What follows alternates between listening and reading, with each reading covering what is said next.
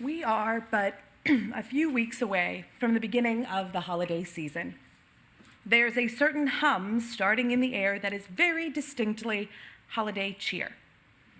Of course, holiday cheer seldom comes on its own. Often, too, holiday cheer brings with it a certain holiday stress. There's always something to do for someone else, and somehow not enough time to do it in. Add to that the special flavor of the pandemic and all of the questions and concerns that come along with it, and it is a recipe for anxiety pie. And I assure you, there is more than certainly enough to go around. But put it that way, the holidays don't seem all that fun or really much to look forward to, do they?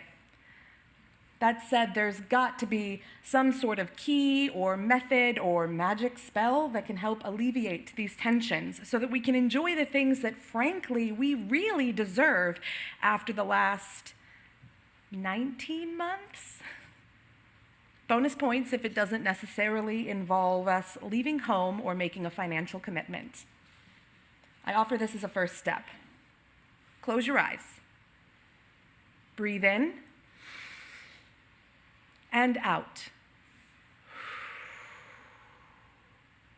How was it to feel your lungs expand with life-giving breath within the confines of your rib cage? What was it like to focus on something we often give very little thought to? Breathing is automatic. Breathing happens. It's natural. It's a necessary part of our existence. It is a part of us. But my goodness, how good it feels to breathe, calm, and deep. Consider these words from Ralph Waldo Emerson, Unitarian minister and prominent figure of the Transcendentalist movement. The invariable mark of wisdom is to see the miraculous in the common. I'm going to say that again. The invariable mark of wisdom is to see the miraculous in the common.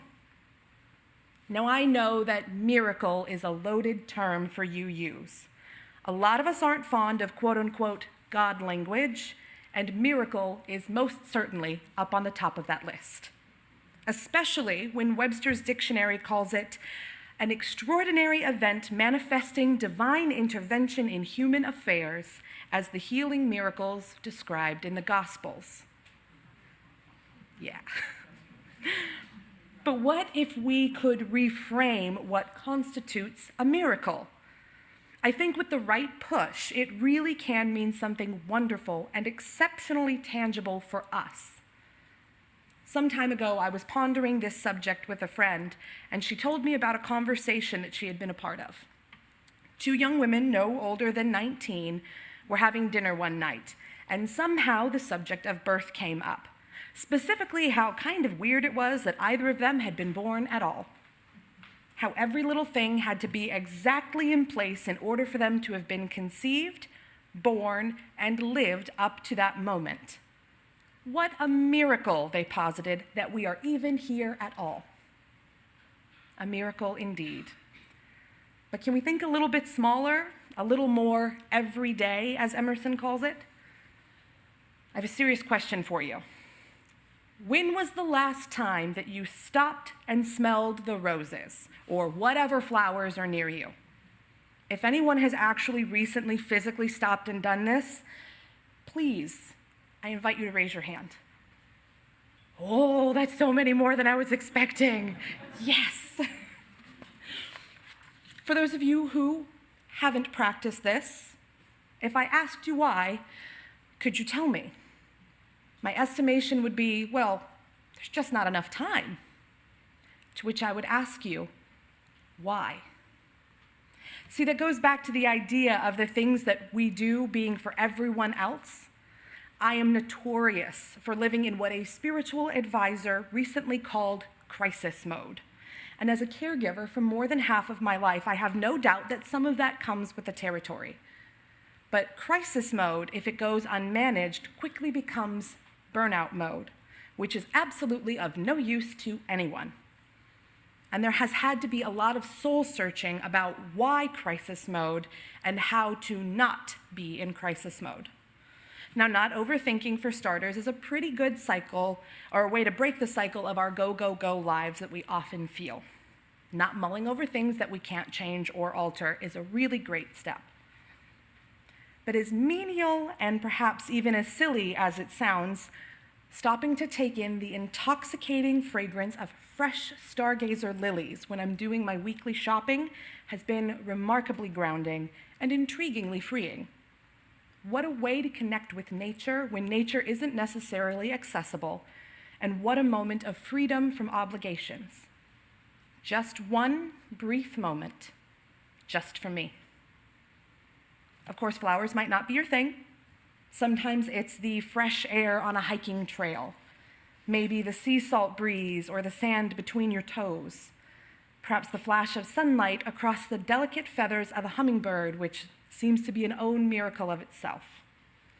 Maybe you're a homebody and there's nothing like tucking into a good book and a hot cup of tea, or that first bite of your first meal, the tinkering laughter of children playing, the gentle voice of a loved one.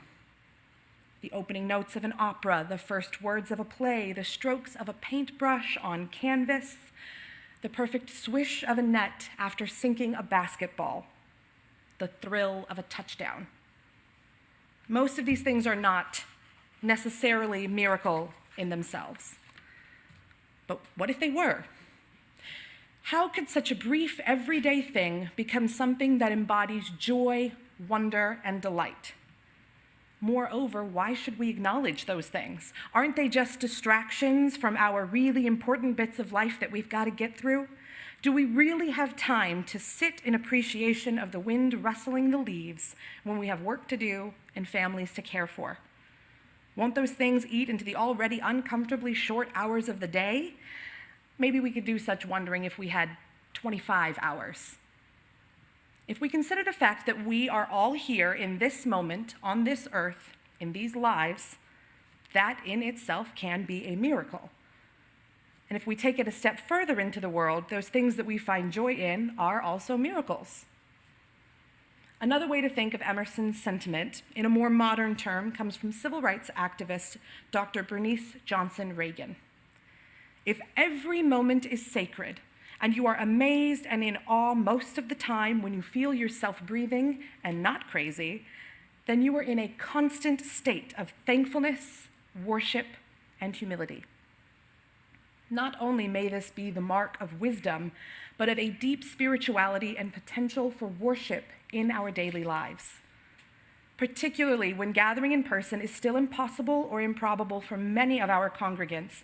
Ways in which to connect with the holy should be cherished and encouraged. And what better way to do so than just by being? Being engaged with oneself and all that which surrounds us. The divine need not be a sacred figure or a big holy figurehead.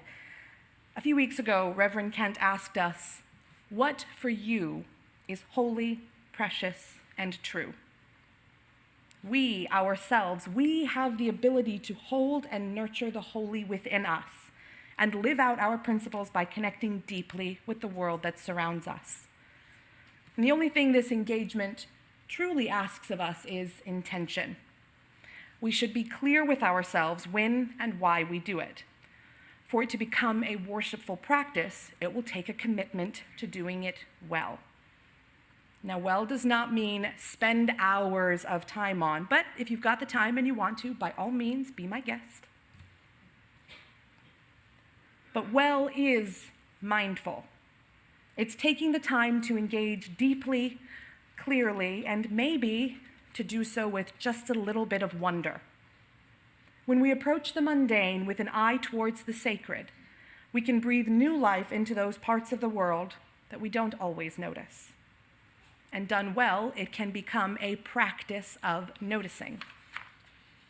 And once it's a practice, what else do we notice?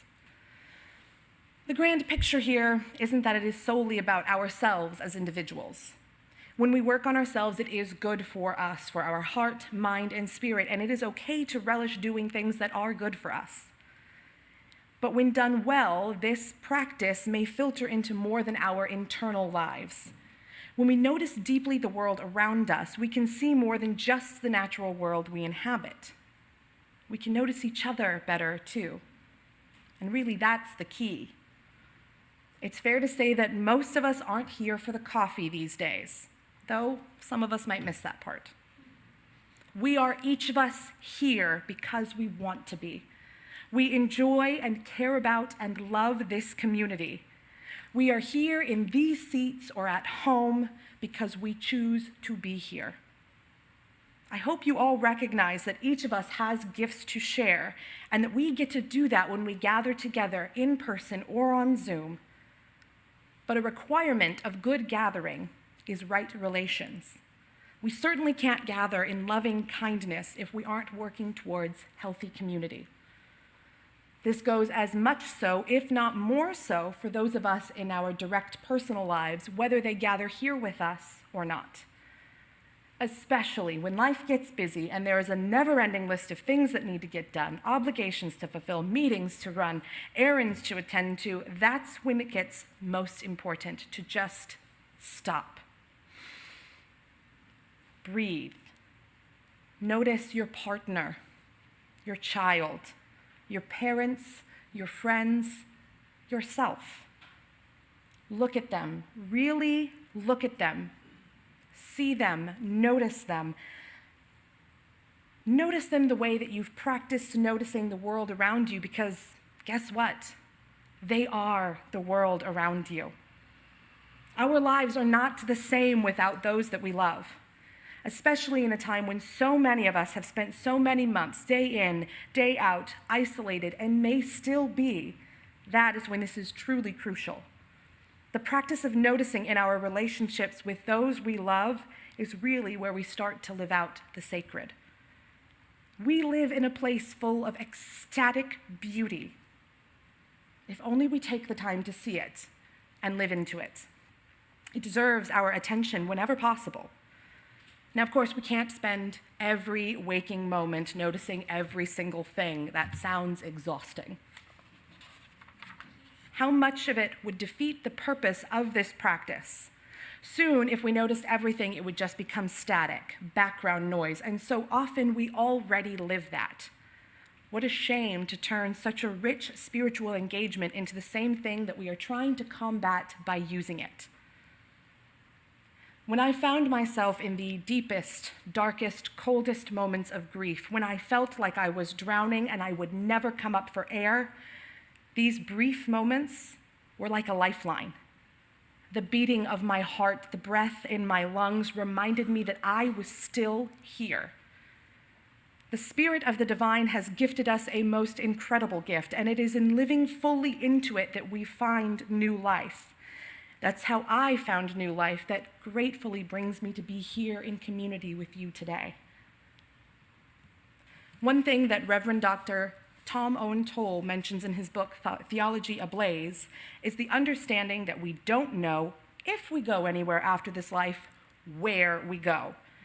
And as UUs, we have little to no set theology on where we go after this life, if we go anywhere at all.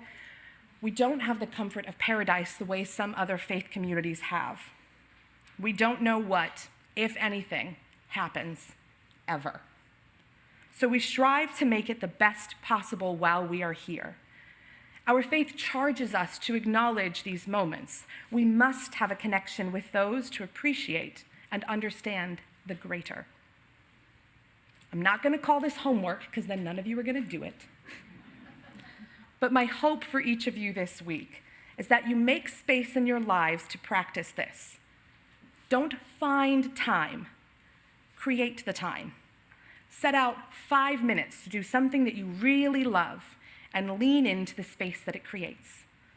Even better if you can invite a loved one to join you on this mini spiritual journey, but it's best if you can fashion the space to reflect with as much intentionality as you engaged in the practice. Live into this sacred moment. Claim it as yours, and above all, enjoy it. I promise you, these miracles, they're out there in the most unexpected of places. You just have to look for the miracle that is already there. The fact that all of the stardust and out of all of the matter and energy in the universe, each of us is here. That is a miracle. When you unpack that truth, it is difficult to ignore that some other day, some other person, some other life may have existed in our place. So why not cherish the mundane, the way that brings clarity, and remind us that we have not only a place in this vast life because we are, by some accident in this moment, not in spite of, but because of these moments, we're here.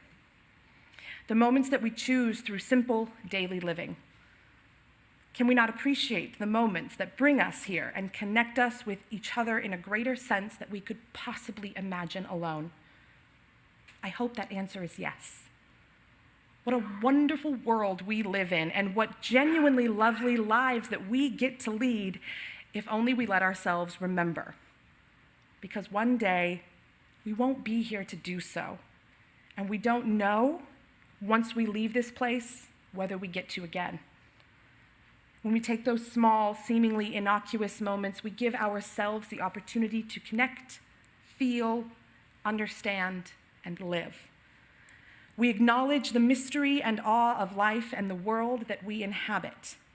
By simply allowing ourselves to be present, we allow ourselves to create and live our own wonder. And what an awesome power to be the master of. We get to do this. We get to live this life and experience it if we choose. And in the end, that is the miracle.